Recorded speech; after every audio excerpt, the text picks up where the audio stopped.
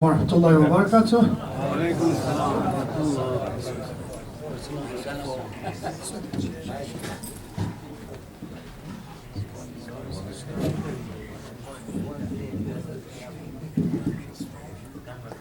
I asked Brother Arsalan if there is a reason why brothers, they're not willing to sit a bit further, and he said there is no specific reason. Can I ask you kindly to come forward with a salawat ala Muhammad wa ala Muhammad?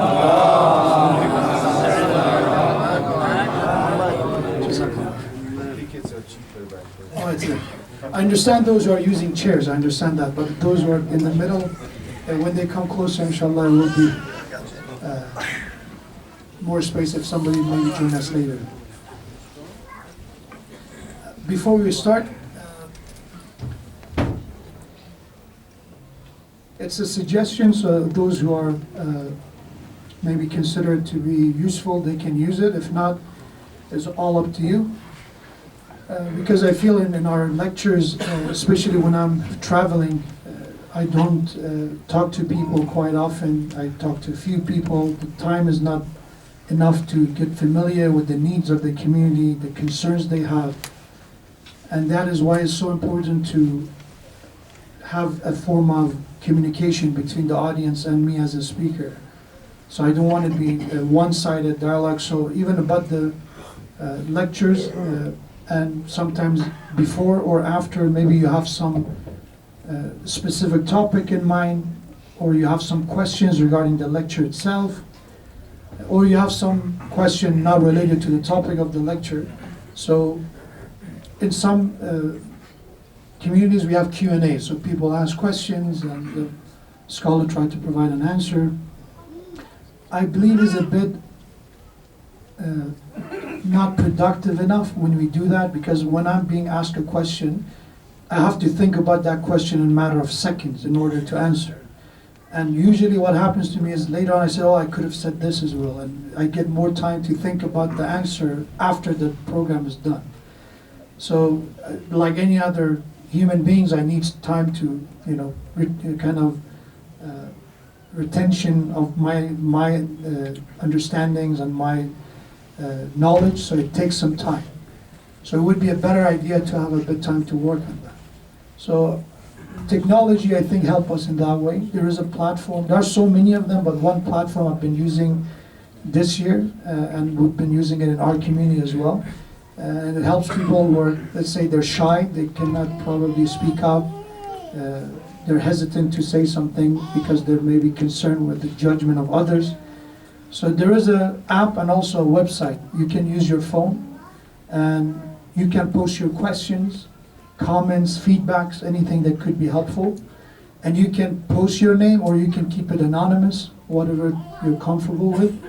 I think that will help me to be able to address some of the issue you have. Maybe tomorrow night I have a lecture, and I talked to Brother Arsalan, and he said maybe we can have a Q&A at the end, and I answer some of those questions. Or if it's a question related to my lecture tonight, I can address it, I can clarify it tomorrow night. So the platform is called Slido. It's very simple, Slido, S-L-I-D-O. You can go to the website or you can download the app, and it asks you for a room number, and the room number is 4040. And you will be able to post your questions, and inshallah I'll do my best to answer or address them either in the lecture, or if it's not related to the lecture, maybe in Q&A tomorrow. Hopefully, again, if you think this is useful, use it. If not, just ignore it, and inshallah just focus on the member. For the honor of Abu Abdullah and Hussein, as you know, tomorrow is the 40th day, is the 20th of the month of Safar, and is a day that by Imam Askari alayhi salam is known to be one of the signs of Shia to visit Abu Abdullah and Hussein and ziyarah of Abu Abdullah on this day.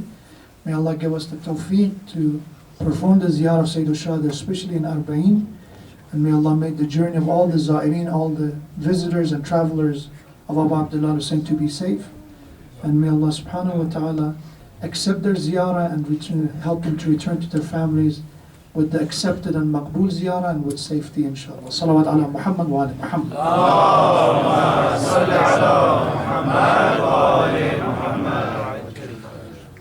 أعوذ بالله من الشيطان اللعين الرجيم بسم الله الرحمن الرحيم لا حول ولا قوة إلا بالله العلي العظيم الحمد لله رب العالمين الحمد لله الذي جعل الحمد مفتاحا لذكره وسببا للمزيد من فضله ودليلا على آلائه وعظمته ثم الصلاة والسلام على خير خلقه وحبيبه حافظ سره ومبلغ رسالاته حبيب إله العالمين أبي القاسم المصطفى محمد اللهم صل على محمد وآل محمد وعلى أهل بيته الطيبين الطاهرين المعصومين المكرمين سيما بقية الله في السماوات والأراضين واللعن الدائم على أعدائهم أعداء الله من الآن إلى لقاء يوم الدين.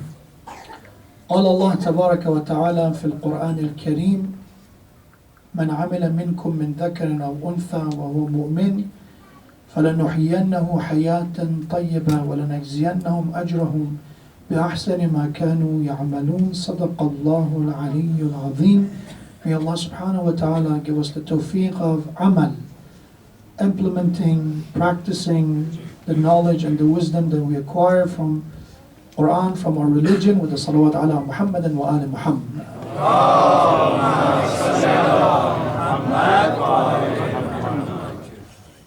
So I don't want to put you on the spot. I'm going to ask you a rhetorical question. Do you remember what we talked about last night? Inshallah you remember. If I ask you what we had for dinner last night, inshallah you remember that as well. Usually the nature of any piece of information that we don't write down, we don't recall, we don't review, is that we forget them, regardless how important they are.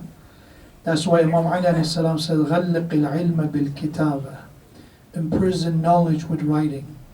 So whatever you know, if you have some you consider some significant of that piece of information, write it down.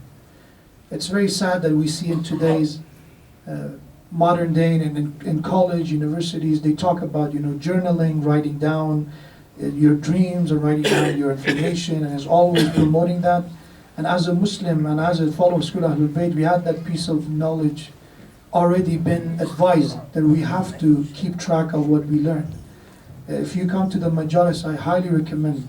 When I come lecture, before coming to lecture, because I end up having a lot of notebooks, so I adapted to the modern time, and now I'm taking my notes electronically. So I have actually a lot of them. I write them down, or I take a picture. I have them somewhere, so I review them. Even if it's a lecture, I've been preparing it for a few months. You need some form of review in order to make sure that piece of information, that piece of knowledge is accurate, because our memories is not perfect. Sometimes we remember things wrong. We are 100% sure, but after reviewing it, you notice that, oh, I thought this is it, this is right. So last night we talked about what we mean by an Islamic lifestyle. A family that Allah subhanahu wa ta'ala sent the final prophet, the final religion, to make sure humanity knows the way of life. What is deen, by the way? Religion. Religion means a way of life, how to live. What is the code of conduct? What is the values that we consider that are important in our lives? That's what a religion is about. For example, if we have a hadith about how to perform prayers, it's not just about prayers. We have tradition about how to eat, how to sleep, how to study, how to conduct business. There are rules, there are regulations for all of them. Why? Because a religion is a method that how to live properly, to minimize the damage, to maximize what we can gain from life. Because life is short, it is something that you cannot stop the passage of time. All you can control is how to live it. And especially at our time, there's so many options, right? The lifestyles around us, we're living in, as I said, a melting pot of all these different ideas. Some people say you have to live very, take it easy, be a bit, you have to be loose, a very, I don't like to offend anyone, but the hippie kind of lifestyle, we have that as a motto. And then we have other side, our business mentality. Everything is about numbers, everything is about precision, everything is about profit and what you gain, what you lost. It's about the statistic, it's about numbers. That's one approach. And then you have people who balance these two, understanding that there are matters that you have to be very precise, but there are matters that you have to have a bit of flexibility. Masjid is an example of that. We have those Islamic centers and masajid who are unfortunately run very inefficiently. They're not starting on time, they waste a lot of time, they waste a lot of resources. Unfortunately, they exist. And then on the other side, we have those communities who unfortunately they try to treat a masjid, an Islamic center, like a business organization. Everything is business. You know, they look for people who are useful for their community or for their organization. When in reality, masjid, in a sense of being, you know, when it comes to being punctual, start on time, use your resources, you know, efficiently and properly, they're good. That's perfectly aligned with the teaching of what Allah subhanahu wa ta'ala taught us as Muslims. But in order in business, for example, I ask you, in a corporation, do they look for people who are disabled? People who are not efficient? What do you do with them? In a business, in a corporation, what do you do with somebody who's, let's say, physically they cannot do the job anymore? Excuse them, right? You're fired. You know, we have to find somebody more efficient. Or when it comes to people who are, let's say, they do not have the money to invest in your corporation, you have no use for them. So it's more about what you can gain from them. In masjid, I've noticed in some communities, few communities, that's the approach, you know, what you're contributing to the community. And I've seen people say, oh, I have a right to speak up because I'm the one donating the money. Or I have a right to suggest because I do this and that. And even our young people, they complain about elders not letting them do what they have to do. And we always, you know, I've heard from the elders of the community, we have to involve the youth. We want the youth to be the future of our masajid. We want this and that. And I've heard people complaining about it. When in reality, this mentality of old people not being useful has come from, as I mentioned, that corporation mentality. In Islam, you have to be kind to those who are young. That's what Prophet ﷺ said in his famous sermon in month of Sha'ban. That your responsibility is to be kind to those who are young, to be affectionate toward them, and with your kaba'ir, with your elder one, you have to be respectful. You have to honor them. Forget about how much money they make. Forget about, you know, if they have relevant or if they updated their skills or not. You have to honor those who are older than you. That's the mentality. That should be the approach. And in our masajid, unfortunately, that's being undermined over and over. It is very important to bring the youngsters. We have to use the new method. You know, we have to use their energy, their creativity, and all that. I agree with it 100%. They have so much to offer to our communities. But at the same time, they have to understand a masjid, running a masjid, if you think they have to leave and you come and replace them, you didn't get the point of masjid. Masjid's approach, and I use the word masjid because there's so many different names, Islamic centers, educational centers, foundation.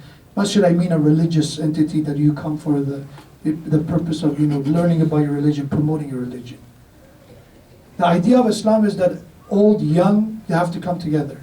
Age is not a criteria of wisdom. That's what Islam says. Somebody could be very young and they could be more knowledgeable than you. The reason, as a follower of School Ahlul Bayt, especially for us, that should be a very, very important distinction. Because the reason Ali ibn Abi Talib was not elected after Rasulullah, what was the major excuse and major issue that they had with Imam Ali alayhi salam? If you study the history, I said the reason they put aside Imam Ali as a candidate for Khilafah, of course they don't believe in Imam, but those even for Khilafah, why they didn't even consider him to be the Khalifa? Why? Too young. They did not find any other excuse. They didn't say he was not knowledgeable enough. They could not say he was not brave enough. They could not, because in any other that he proved himself to be more than qualified. Age was the criteria. And Prophet came to change that mentality, which unfortunately some people, it even shows that after the Rasulullah, there were still people, they did what they did. That's why even a Muslim, instead of following some of the values of Islam, we are stuck with some of the cultural elements of our cultures that is in contradiction with Islam. They're not aligned. Oh, Islam says to do this. I know, but we used to do it this way. Brother, I understand what you used to do, but this is the right way. No, but this is what we think. You know, one of the ulama of Najaf, a few years ago, I went to visit, just for the sake of confidentiality, we don't mention which marja. But what he said was amazing to me. He said, one day a group of people came to me. Again, doesn't matter where they came from. None of that is relevant. The point is about what I'm trying to say, is that they came to visit this marja and they came with a question. And the question was, is it permissible to recite Shahadat al-Thalitha in our prayers? Shahadat al-Thalitha says, Ashhadu anna Aliyan waliyullah.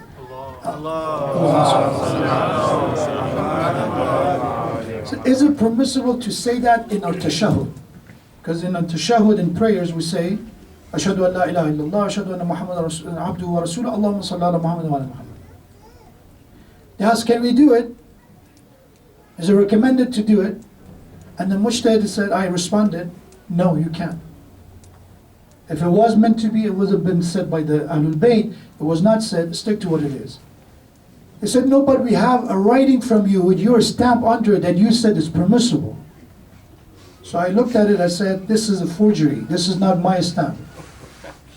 So that should be enough, right? End of conversation. Said, yeah, but I think you should change your mind about it. And this mujtahid said, I'm getting frustrated with these people. Because I said, brother, it's not up to me. It's not a matter of personal opinion. It is a matter of integrity, and when it comes to construct of religion, there are a certain flexibility that this is not something that I can do. I said, this, and then they tried to argue to a point that I said, okay, if you want to do it, why you came to me? If you already made up your mind, what's the point of you coming to me? That's the issue of sometimes the religion, it becomes a secondary matter. Because a mujtahid, we believe that is the point of authority at the time of occultation of the imam. We have to go, and he is the one who makes the final call. If you believe in that system, that's why you came to the mujtahid. We have those who don't believe in ijtihad and they don't believe in mujtahid, so their issue is even totally different. But for this person to come to mujtahid and to try to change his mind based on, oh, this feels better. And they try to make the mujtahid less of a Shia of Ali ibn Abi Talib than themselves. Because you're not agreeing with this, they try to question his belief in imamah. The word that he said, I said what Ali ibn Abi Talib alayhi salam said. He said, هَذَا فِرَاقُ بَيْنِي وَبَيْنُ. This is a moment of separation. Please leave me. So we have those moments that sometimes our priorities are not aligned with our faith. Why I came to this point, it all goes back to the point that we started. That in Islam, it's very, very crucial. It's very important when we talk about lifestyle, understanding that our religion has a way of life. It's already been said. It's already been designed by Allah, not by me. Allah subhanahu wa ta'ala made sure that design is being explained in Quran, in the Sunnah of the Prophet, in the teaching of Ahlul Bayt. It's there. All you have to do is just pick it up and follow, implement. The issue is, as the same thing happened at the time of the Prophet, لا تقدموا بين يدي الله ورسوله.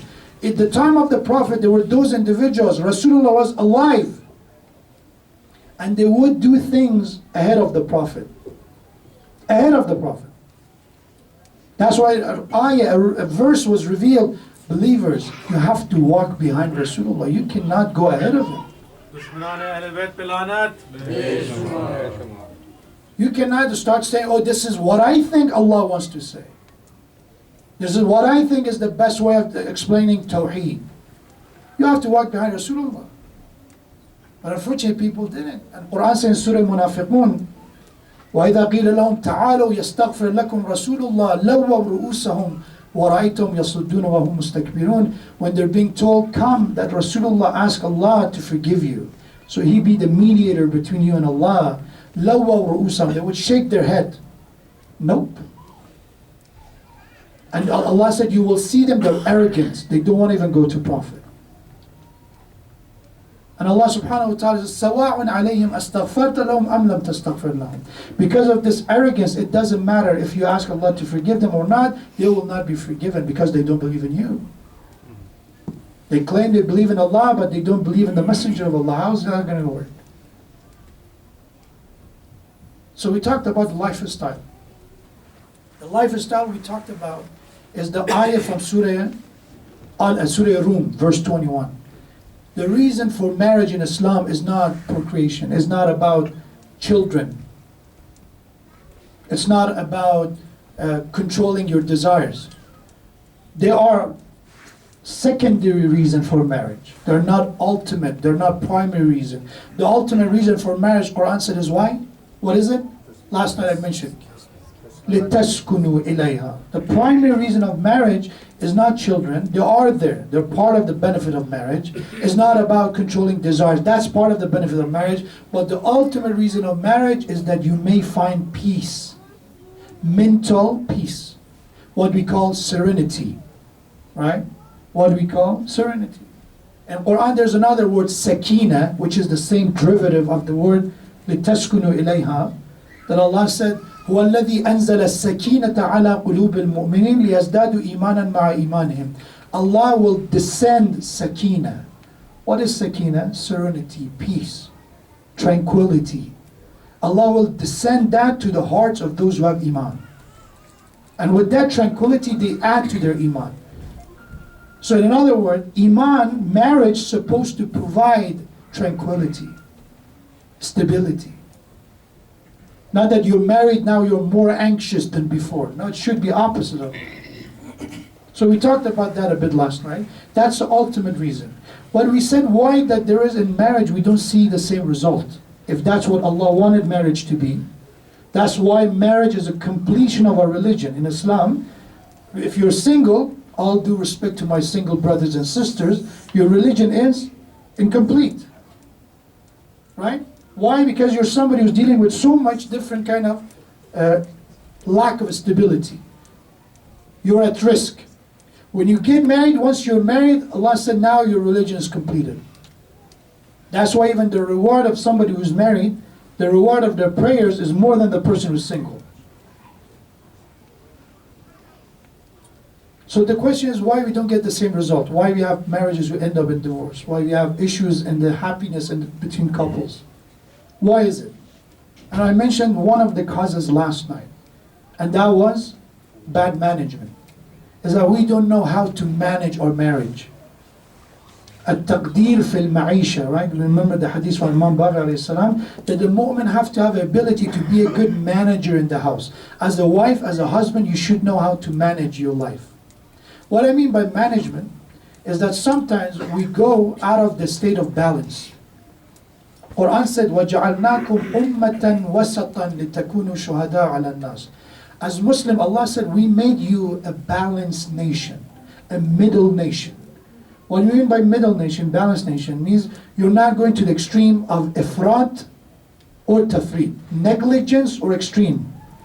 Sometimes there are people who don't pray enough, and then people they pray to a degree that everything else is being neglected. Which I don't think the second case is as applicable. It's usually the first one. Even when it comes to eating, right? The nature of the man is that we are, unfortunately, susceptible to extreme, to ifrat and tafrit. Balanced state is not natural. Right? Being balanced is something we have to practice. So I ask you, the issue we have in our community is we have people who overeat, binge eating, and then we have bulimia, people who don't eat and they starve themselves. Somebody who have a balanced level of eating is something hard to find.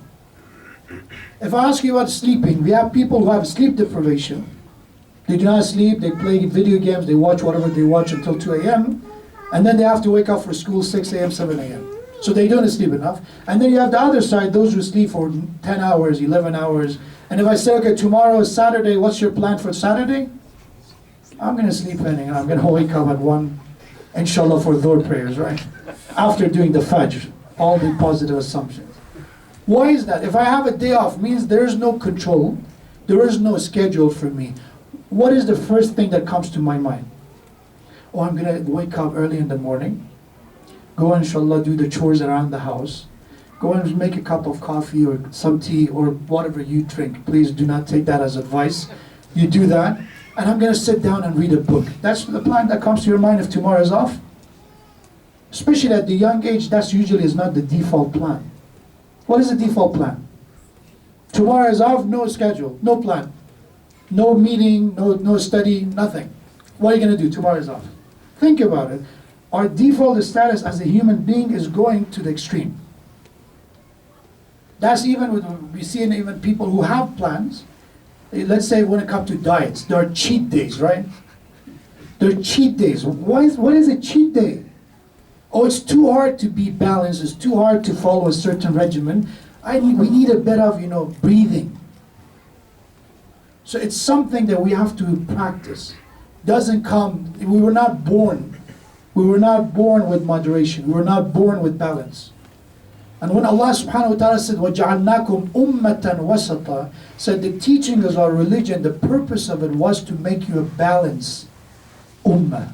Because in other religion, they go extreme toward the akhirah. Everything is about salvation. Believe in this and you go to heaven. Doesn't matter what you do. Eat whatever you want. Do whatever you want. As long as you believe in this person, you go to heaven. That's one extreme. And then you have the other extreme. Everything is about dunya. Control money. Control business. It's everything about dunya. For akhirah is here. Everything is here. Hell is here. Heaven here. Everything is here. So you have two imbalance. And then Islam says, supposed to talk about رَبَّنَا آتِنَا فِي الدُّنْيَا حَسَنَةً وَفِي الْآخِرَةِ. That's the most, balance you can find in the statement of Quran. That you are looking for what's best in this life and hereafter. You're not here to sacrifice here for the sake of others. You're here to prioritize. Sometimes, if you have to choose, then you choose akhirah over dunya. But if it's not a moment of decision choosing, then you have to have akhirah and dunya.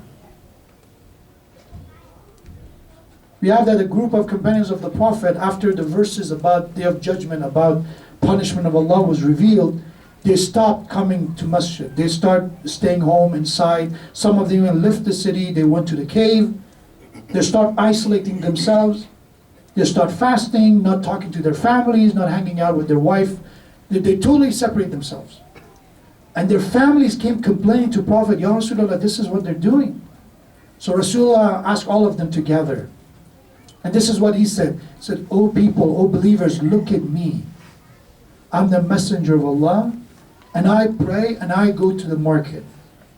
I'm a messenger of Allah. I do my wajibat, I do my ibadat and worship, and I spend time with my family. This is what you have to do. Make sure do not lose the balance. Your responsibility is to be with your family. What you're doing is not obedience of Allah." That's a warning of the Prophet. So it's very important to understand, one of the reasons, unfortunately, we do not have that healthy relationship in our families. My focus for last night and tonight is mostly about couples. Because I believe a lot of children issues come from couples issues. There are few cases that parents are on the same page, and then children unfortunately have some issues. There are rebellious stages, but in most cases, children become unfortunately dysfunctional because of the couple's problem. The father is pulling the child to one direction, the mother is pulling the child in exactly opposite direction. What's the poor child's fault if they're confused? Why we should blame them? They don't even know, they didn't make their mind how they can make their mind. So that's why I give 2 nights, and tonight and last night, about couples, and tomorrow night it will be specifically for children. We have to understand this unhealthy environment comes from lack of balance. So last night I talked about a topic probably some people appreciated because maybe they're dealing with, and that was about in-laws. Talking about the role of in-laws, the responsibility we have to recognize that our spouse have responsibility toward their parents. But even in that matter, it should be balanced. Because sometimes even in that responsibility, we overdo it. There are people who are married, but they forget that they're married. They're all the time with their parents. It's like that they're single. Islam says you have to honor your parents, but Islam never said that your life it should be the same after marriage and before marriage. You cannot have the same kind of time to spend time with your parents as you can when you're single. So we should understand. And I've seen people that they overdo it. Let's say the wife or the husband have no problem with their in-laws until the husband or the wife caused that problem to start. Let's say I give you this unnecessary statement, and 2 people came to me, they have some problems, and this person, without any, let's say, sometimes you need kind of a stimulus, a cause to say something. This guy didn't need any of that. Out of the blue, he said, if it's between you and my parents, I choose them over you anytime. And I look at that brother, I said, Okay, if you say this, what should she say? What can she say? She said, I will choose my parents over you. So perfect, let's everybody move on and just go take care of their parents. What's happened to your marriage? What's happened to your kids? And is that even necessary to say? Is that even necessary to say that who asked you to choose? Is that apocalypse coming that you have to choose to just save one of them? And a Titanic is sinking or something? What was the need of that? It's a hurtful statement. And we do it. So if you say that, what kind of relationship are you going to create for them? Or are they going to love each other after that? Who caused it? Balance is understanding that every person has their own place. You did not get married to replace your mom or your dad. And they did not, they did not raise you to become their full-time 24/7 butler. Balance. You have to take care of them. Sometimes they're ill. You have to spend more time with them. That's totally understandable. And I don't think any decent person has a problem with that. But let's say every Saturday and Sunday you have no other plan except with your family, and your own family are abandoned. And they have the right to complain. You created that imbalance. From the in-law side, that imbalance also comes. One imbalance is, okay, once my child is married, I'm not going to talk to them, let them do whatever they want. Their problem is not my problem. That's one imbalance, one extreme. Another is that I'm going to micromanage everything. I'm going to interfere with everything in their life. That's not the normal, that's not a balanced approach. They're adults, they are, have to understand how to deal with their family. Your responsibility is to understand. One example is that is Rasulullah. When Fatima to Zahra Salamullah alayha wa sallam,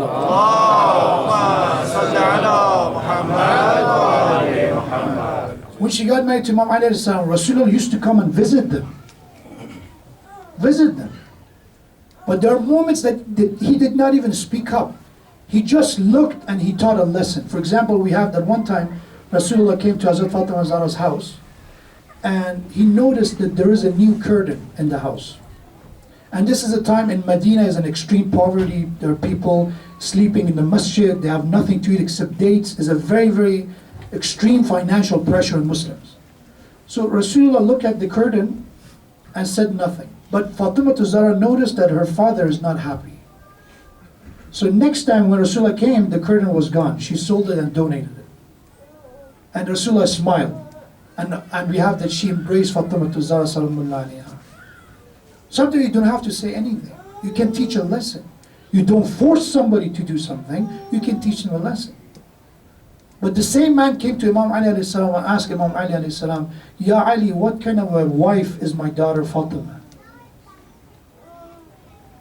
What kind of wife is my daughter Fatima? For you. I raised my daughter and now she is your wife. And Imam alayhi salam said, Ni'mal awn ala ta'atillah. She is a great assistant in the path of serving Allah. So how many father-in-laws we ask that kind of question? As a father-in-law we ask that. What kind of a husband my son is? Talking to my daughter-in-law about it. Do we do it? This is sunnah of the Prophet. Do we practice it? We're just, God forbid, some of us, some of the human beings, we're waiting for a struggle to take a side. We don't interview, okay, now there's an issue, my daughter is perfect, my son is perfect, it's all their fault. The worst thing we can do in a marriage problem is to take sides, by the way. And Quran said when a couples have issues, they have to choose a hakam, a mediator. This is a modern, when you have a problem before going to court, if you can resolve some mediation, you go with that. Islam says in Quran, so when you have a problem in marriage, find a mediator, somebody who's just and not taking side. That's what Quran description of that mediator is. That's the beauty of our religion. How much we implement, how much culture dictate that, how much advice sometimes people are giving to they said, and I've heard some sayings in Farsi and Urdu and Arabic, in all of them. So, one saying, again, is a horrible saying, but they say, for example, your in-laws, they will never be your relative. Your in-laws never become your relative. And I said, Islamically, they do, as long as you do nikah, your in-laws are mahram to you. So they are. If If you like it or not, they're related to you, they're mahram. I've heard so many weird of them. Said, oh, teaching the children, some of them.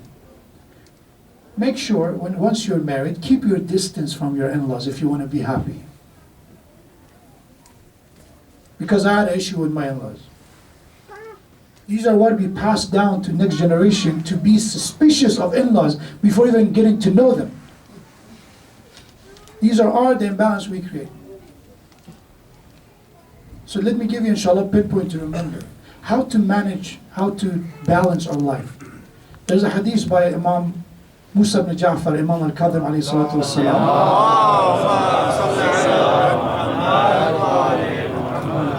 Imam alayhi salam said, اجتهدوا and في زمانكم 4 ساعات. Struggle, do your best that you have 4 segments for your time. You probably heard this hadith, a very well-known hadith, especially when it comes to time management. So it's important in our marriage, in our relationship, in our lifestyle as a Muslim, keep remembering these 4 segments. That your time has to have these 4 segments. It's not necessary to equally divide your day, but you have to have part of the day for each of them, depend on the necessities. We cannot have equal division. Let's say if there is 4 segments and there's 24 hours, it should be 6 hours equal. No. Some of them you have to spend more time, some of them less. So what are the 4 segments? Imam alayhi salam said, number 1, sa'atun li munajatillah. The word sa'a in Arabic doesn't mean hour. Sa'a means moment, time. Yawm as-sa'a, day of judgment. In English they said hour, but it means the time of day of judgment. So sa'atun li munajatillah means the first segment of your time should be to connect with Allah subhanahu wa ta'ala. Munajat means your communication, your relationship with Allah. Nothing can replace it. So if you do that, if you give priority to Allah subhanahu wa ta'ala, you will see the blessing and the benefit of it in your life. And I cannot tell you how many, there are hundreds of stories about that. You have to experience this one for yourself. Recite salawat ala Muhammad wa ala Muhammad.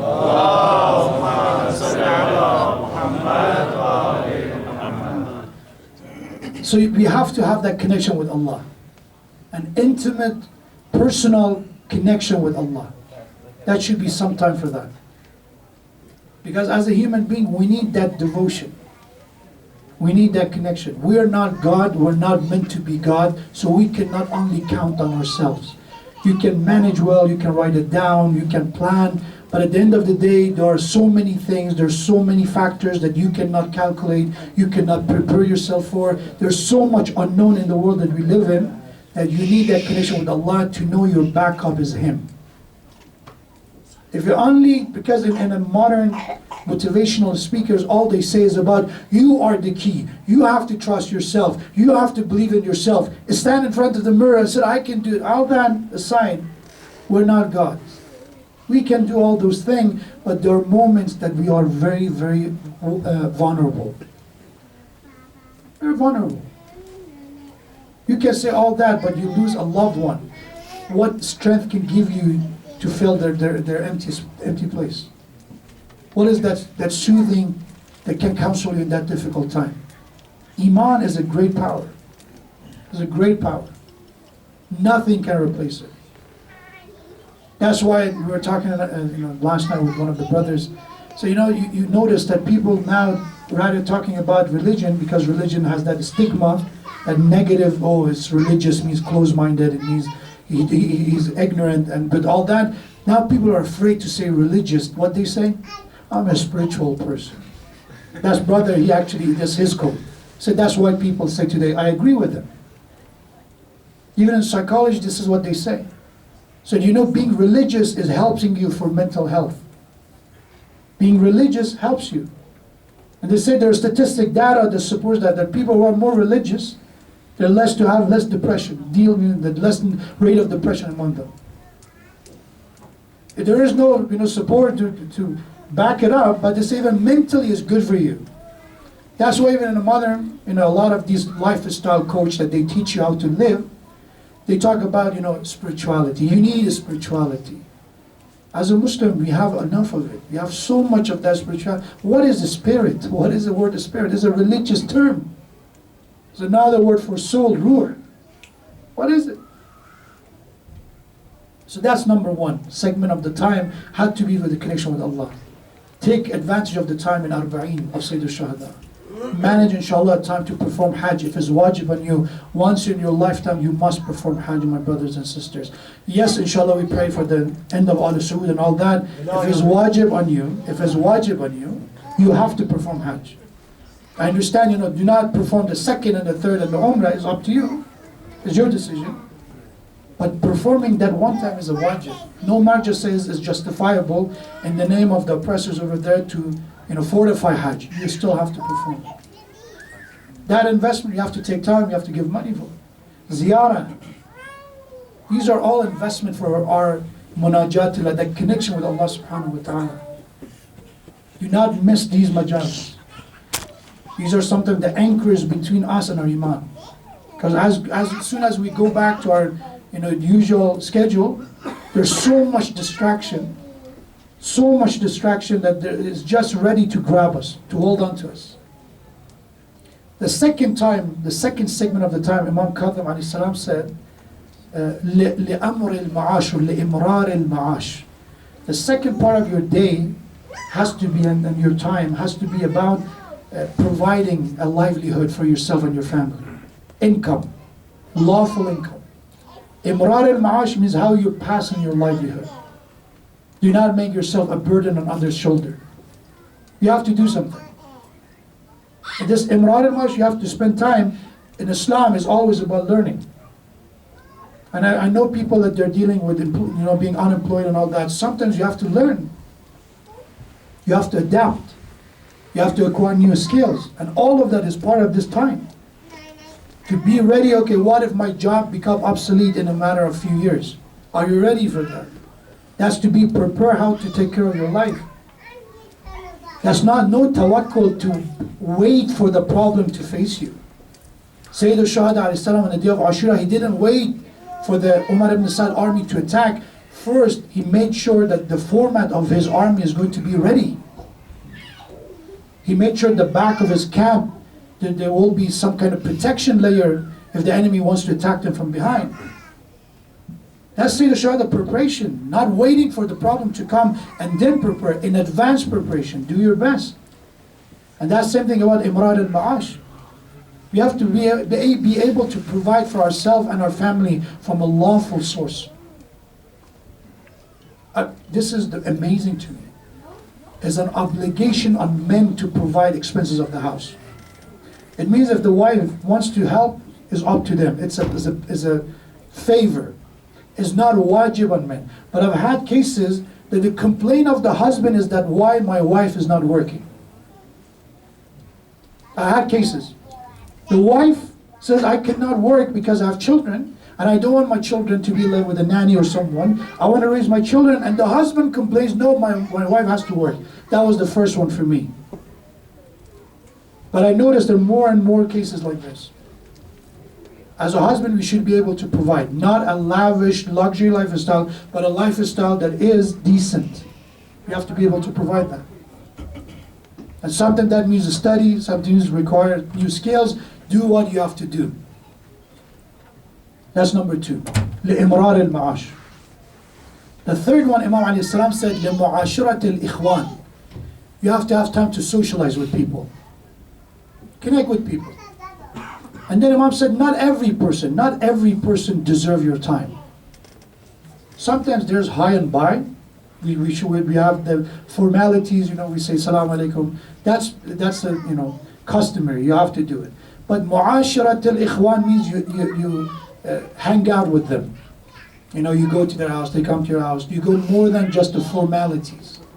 You start that friendship. Imam said for those friendship, make sure they have two qualities. At the continuation of the hadith, he said, لِمُعَاشِرَةِ الْإِخْوَانِ الَّذِينَ يُعَرِّفُونَكُمْ عُيُوبَكُمْ. Said hang out and socialize with those friends that they help you to know yourself. They help you to become better. They teach you how to get rid of your flaws and become a better person. Not those who criticize you and make fun of you, no. those who help you to be better. They're teaching you how to get rid of your flaws. They give you a direction, a solution. And the second criteria for those friends, Imam alayhi salam said, يُخَلِّصُونَكُمْ فِي قُلُوبِهِمْ. They are khalis, they're pure in their intention toward you. In their hearts, they want what is best for you.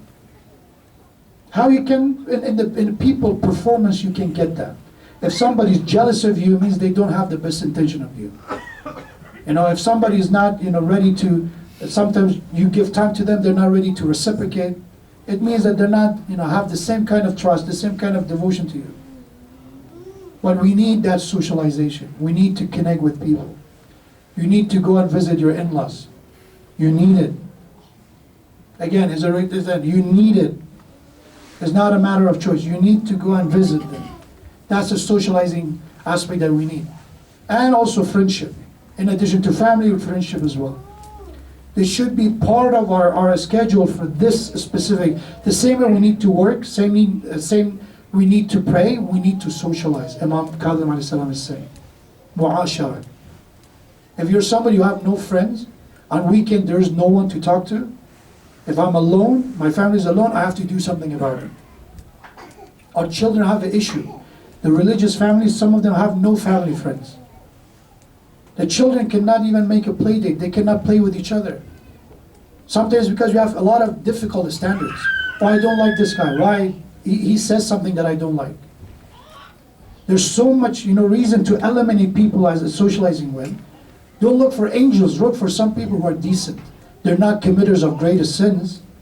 But if they have some unnoticeable flaws, overlook them. We need connection with people. What happened? We sit down Saturday, Sunday, 2 days off. We don't do much. And what happened when the best loved those who are lovers, husband and wife, that they love each other for 48 hours? If you constantly talk about a subject, what's going to happen eventually? What's going to happen? You're going to go out of run and talk about something. 48 hours. What are you going to talk about? Eventually, you're out of subject. So when they're more, again, it's perfectly fine to have the ability to communicate, but sometimes people over-communicate. They talk about the smallest thing. I forgot to tell you why you chose pink color when you bought that thing. Is that a topic to discuss? Is an argument is necessary to be said? And it could have been easily avoided if it was another topic come up.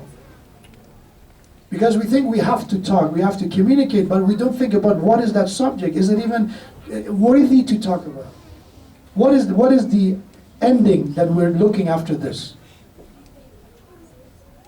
That's a question you have to ask. And the last one, Imam alayhi salam said, so that's the third segment, socialize. You need friendship, my dear brothers and sisters. If you moved here recently, if you're here just for college reason, whatever it is, you need to connect with good people. It's the same way you look for a job, interview and all that. You have to, go through that process of selection of finding good companions. Do not ask for an interview from them. That's very awkward and that people don't like to be examined. But you have the right, talk to people. Eventually you find, inshallah, someone. And the fourth segment, Imam alayhi salam says, is that you need one time for khalwa, for private time, personal time, لِلَذَّاتِ الْغَيْرِ مُحَرَّمِ, for enjoyment, for pleasure and leisures that they're not haram. And in other words, leisure time, entertainment time. The fourth segment of your time should be for halal pleasure. And that's one thing that when we're religious, when we're strict, we forget about this. It's so important to plan people's, doing their prayers on time. It's very important. It's important that they come and visit their uncles with you. That's very important. Come to the, center with you. That's all good. What is the halal entertainment you plan with your family? Or they're the one that they have to plan and then they have to drag you. And you say, okay, I will come, I think, I guess. As a Muslim, parents, you should be the one understanding that one part of the time, Imam Musa bin Ja'far said, it should be for halal pleasure. And then there's a beautiful addition at the end of the hadith said, this fourth segment, this halal pleasure, will prepare you to do the other things better. So this Halal, ladha means pleasure, joy. A joyous experience. That could be a sports, that could be some halal hobby you can find, so many things. I don't know, if you're in Colorado, I think sky's the limit with the options you have. Much, you know, skiing and hiking and mountain climbing, but whatever it is, there's so much halal. Because when we say entertainment, unfortunately in America, music and movies and everything is stationary comes to mind. I'm talking about actually you doing something. That it helps you to do something and free your minds. Give you a bit of strength, you know, it has that refreshing power. And once that this fourth segment will help you, energize you for the other three to do munajat better. Right? To do your work better. Or at least properly. It helps you to socialize better. If you're somebody who have no time to rest, no time to sleep, no time to have by myself. And people said, Shaykh, the plan you're talking about, I need probably 30 hours a day to plan that. No, the 25 hours is more than enough. I promise you, write down the amount of wasted time, that when we kill time, how many minutes, again, wasting time is not only about kids and their video games. How many of the adults here spend hours on WhatsApp? Religious channels. How many? Is that even necessary? How many videos we share that are really necessary to share? And we can say it's important, I know, but you have to spend time. There was a time you always complain about children, you know, they're on their video games and their phone. Now I have been in gatherings and mashallah, the child is on the, you know, Snapchat and Instagram, that's what the platform they use. The father are not on those things, they're mostly in a Telegram if you're Persian, or you're on their WhatsApp. They're doing that something. Everybody's busy. Everybody's busy. And when you tell them, put down your phone, they look at you, your phone is still with you. It seems hypocritical. We are the one not balancing it right. And if we do it right, inshallah, we will gain the benefit. Let me, inshallah, finish. Thank you so much for the attention and for your time. I will, inshallah, wrap it up. It's so important to know that small things goes a long way. Do not consider anything you do insignificant. فَمَنْ يَعْمَلْ مِثْقَالَ ذَرَّةٍ خَيْرًا يَرَى وَمَنْ يَعْمَلْ مِثْقَالَ ذَرَّةٍ شَرًّا. Evil or good, khair or shar. Dharra means atom. That's what, for atom, the translation in Arabic is dharra. Means something very, very small and insignificant. Allah says, I see that. Even as small as an atom, I'll see it. If it's good or bad, I'll count it. So don't ignore a small thing. Good or bad. That's why in Islam, when you smile, that's an act of worship. You may not notice it. It will consider hasanah to smile. That's it. You have a woman came to Prophet and said, Ya Rasulullah, why we cannot do jihad? Because in Islam it's not wajib.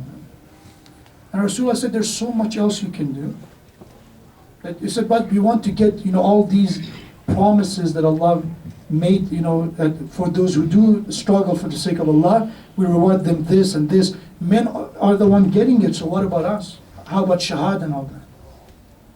And then Rasulullah said, if a woman, these are the tradition, said if a woman welcome her husband, just when the husband comes, they go and actually acknowledge somebody came to the house. And when they leave, they go with them, they help them in departing the house. And when they're upset, they help to alleviate their pain and sorrow. Rasulullah said the thawab of that simple act is equivalent of shahada. Simple act. Half of the ajr and the reward of a shaheed and martyrs for them. Simple thing. For men also been said, Rasulullah said, if somebody sit with their family, hang out with their family, the thawab of that, the reward of that is greater than do i'tikaf in Masjid al-Nabi. If you do it, oh, I'm wasting my time here, I can do that. That's the thawab of you spending time with your family. And the ahadith, there's so much, so many of them. And Allah make sure the balance is there, men and women. Each of them have their own responsibilities. It's not a copy-paste, same thing, same. No, it's exactly defined responsibility. Allah does not like double standards. Shaykh Mutahari, his wife, we have that, she said that when we talk about, welcoming, and depart, she said that I was traveling, and when I returned, a friend of mine accompanied me. And I told her, because her house was across town, I offered her to stay with us for the night, and then in the morning leave. So when I came to the house late at night, because we just arrived from the different city, Shaykh Mutahari was awake waiting for us. So he opened the door, and then he prepared tea, some sweet, and he offered us. And my friend was uncomfortable, said, this is, Shaykh is doing this, So no, don't worry. The Shaykh Mutahari's wife said, so don't worry, he used to do this. When I have guests, he's the one doing it. When he has guests, I'm the one helping. When I have guests, he's the one helping. So that friend of mine, he had no respect for his scholars, for shuyukh before that. After that, one simple incident, one simple interaction, told him her perception of ruhaniyat, of scholars was different. Allama Tawatabai, he said it multiple times, he wrote it down, that one of the main reasons that I achieved what I achieved, writing down Al-Mizan and all other success I achieved, is because of my wife. It's because of my wife. And how many of us, we actually say that? We're afraid we be labeled, somebody who's afraid of their wife. We're afraid of being made fun of. In Islam, it's perfectly fine to be respectful of your wife, to care about their opinion. There's nothing wrong with it. There's not a strong this masculinity, which is very not necessary. The proper masculinity is that you do not accompany your wife in haram. That's what it is. The proper femininity is to do not support your husband in the way of haram. If it's halal, support them. Why not? Imam Muhammad al-Baqir alayhi salatu wassalam.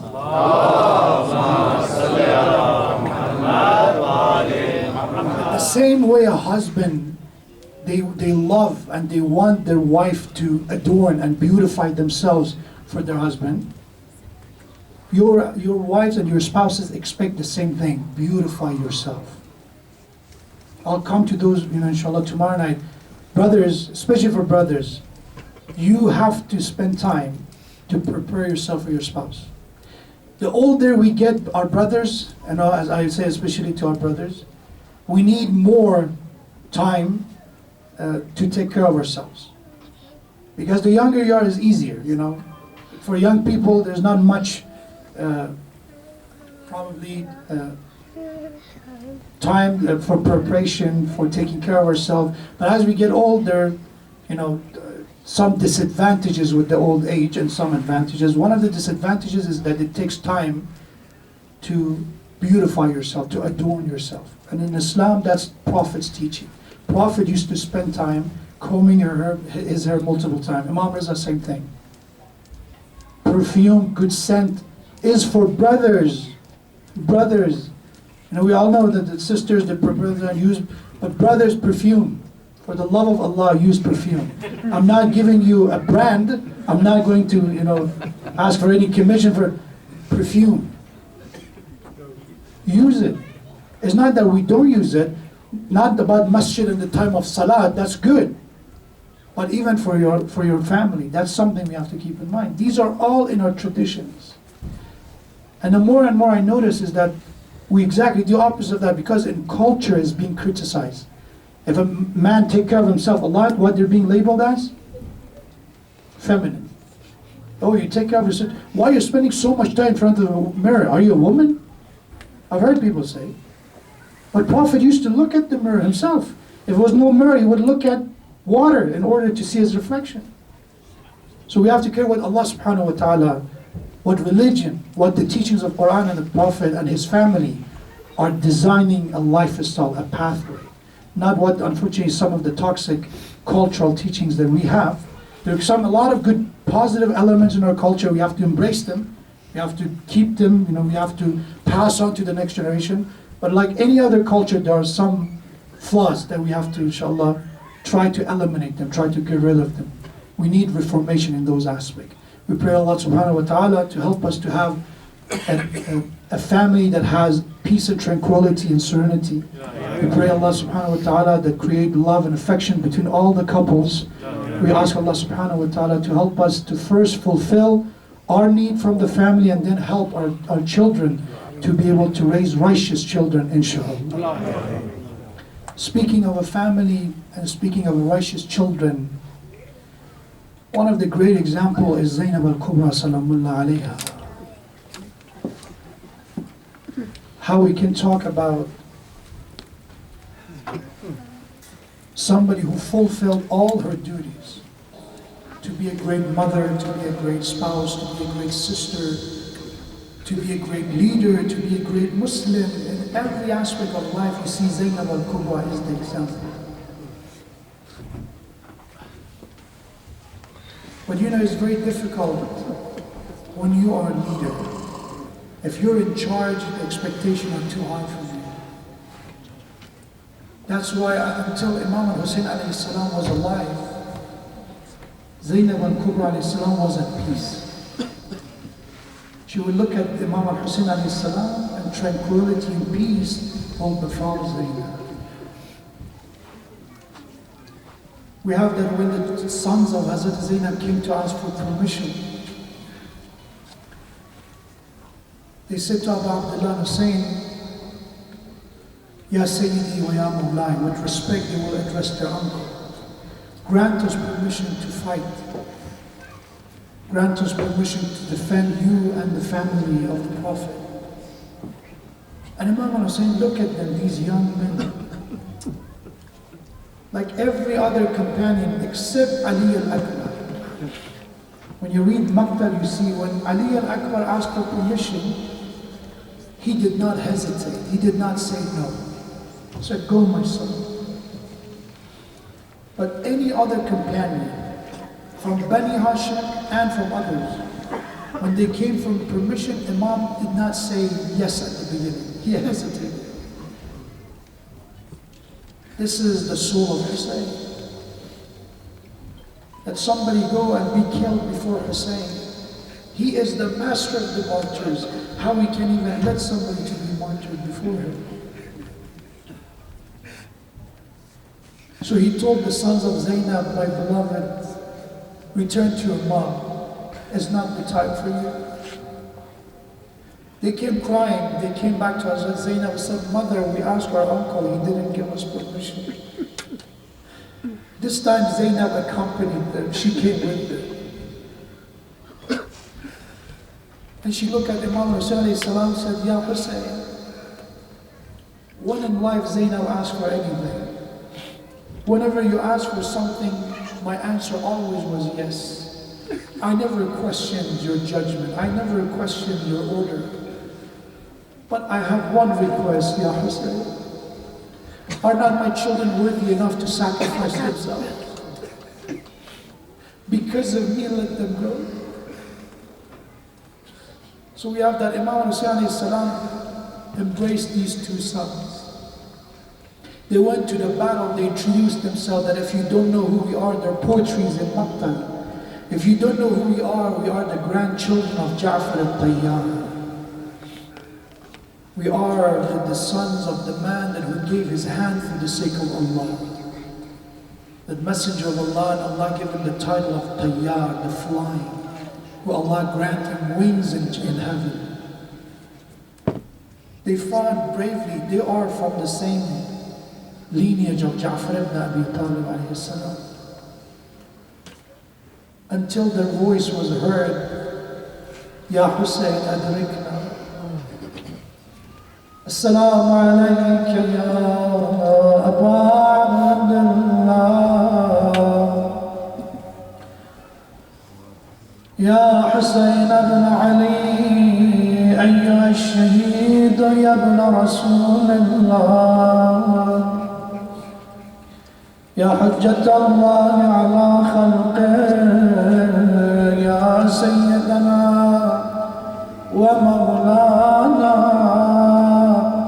إنا توجهنا واستشفعنا وتوسلنا بك إلى الله وقدمناك بين يدي حاجاتنا يا وجيها عند الله اشفع لنا everyone يا وجيها عند الله اشفع لنا. The children of Zainab asked for their uncle for the last moment. Abu Abdullah and Hussein ran toward these beloved children of Zainab. For the last seconds of their life, Abu Abdullah and Hussein is next to the bodies. He brought the bodies of these two young men back to the camp. For every other martyr, when Abu Abdullah and Hussein brought their body back to the tents, the first person to welcome Hussein was Zainab. But when the sons of Zainab were brought back, we have in Maqatil narrated that Zainab did not leave her tent. When they asked Zainab, you don't know that your sons' bodies were brought back, you don't want to go to them. He said, there is enough musibah for my brother Hussein. I don't want him to see me crying next to the bodies of my children. Ya Rasulullah, Ya Amir al-Mu'mineen, what they've done to your beloved children. When Zainab salamullah alayha was the last time he saw Hussein alayhi salam, the final farewell of Zainab and Hussein, we have that even enemies were touched by the final farewell of Hussein. We have that Abu Abdullah said his final words in his will. One thing he said was, my family, prepare yourself for descending of Bala. Ista'iddu lil Bala. We have that Abu Abdullah began marching toward the battlefield. Once he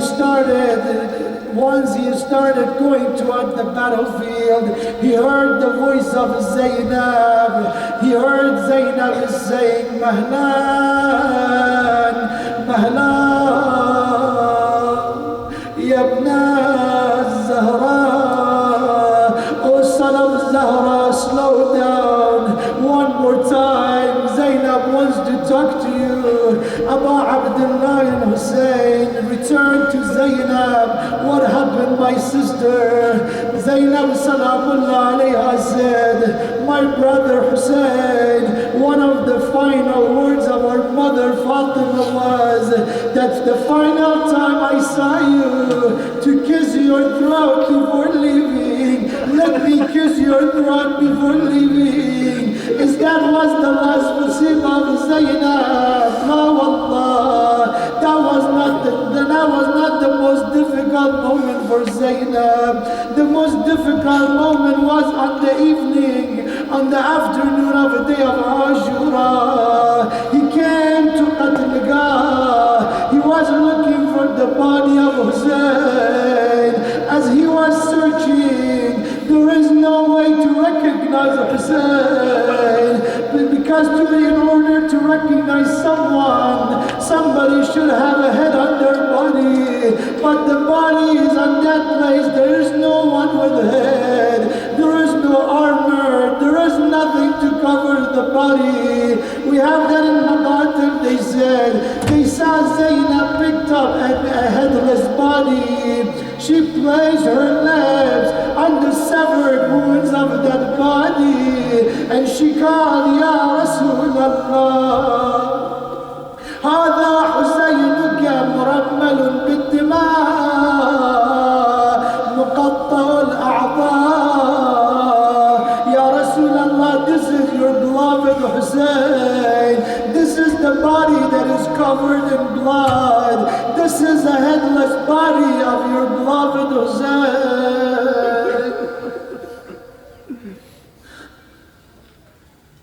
وعلى لعنة الله على القوم الظالمين وسيعلم الذين ظلموا أي منقلب ينقلبون.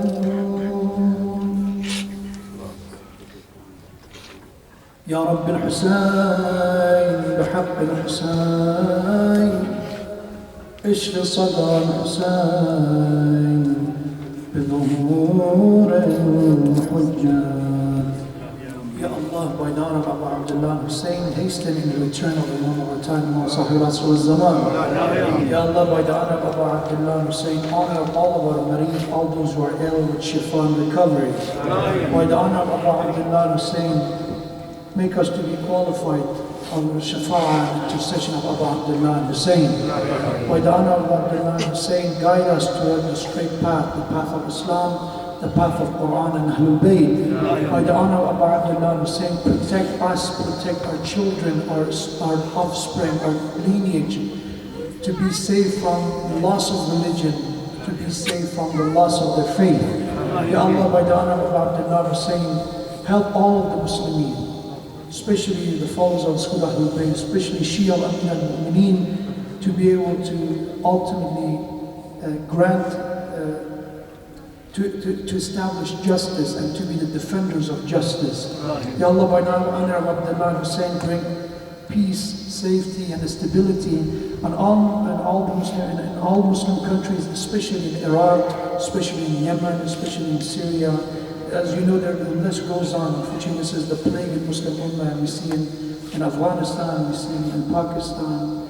Even recently, we see what's happening even in Iraq. May Allah subhanahu wa ta'ala grant them with safety, stability, and peace. Ya Allah, by the honor of Abdullah Hussein, grant all of our deceased, all of our mahumeen with forgiveness and maghfirah. Ya Allah, by the honor of Abdullah Hussein, unite the Muslim Ummah, bring our people together to unite under the flag of Abu Abdullah Hussein. Allahumma ighfir lana wa liwalidayna wa liwaliday walidayna ولمن له حق علينا ولجميع المؤمنين والمؤمنات. Please recite Surah Al-Fatiha with the salawat ala Muhammad wa ali Muhammad.